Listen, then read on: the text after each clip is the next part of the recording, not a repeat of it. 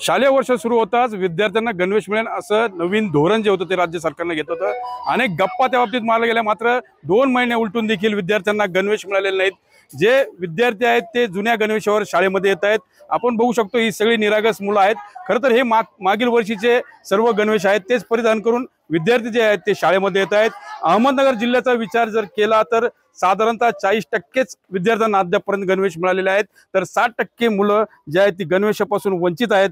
पण उद्या स्वातंत्र्य दिन आहे आणि स्वातंत्र्य दिनाच्या याच्यात सामील होताना विद्यार्थ्यांना मात्र जुनाच गणवेश जो आहे तो परिधान करावा लागणार आहे। जिल्ह्यामध्ये जवळपास 3584 शाळा आहेत आणि 2,21,000 विद्यार्थी संख्या आहे। त्यामधील फक्त 71,015 विद्यार्थ्यांना अद्यापपर्यंत गणवेश प्राप्त झाले आहेत।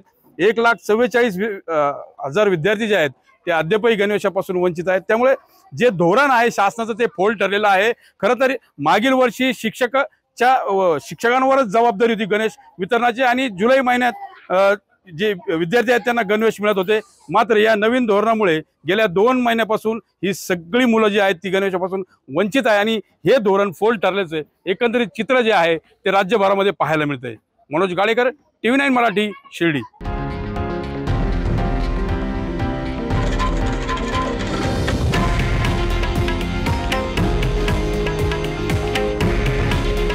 हे आहे देशातील नंबर 1 न्यूज नेटवर्क आणि आपण पाहत आहात TV9 मराठी।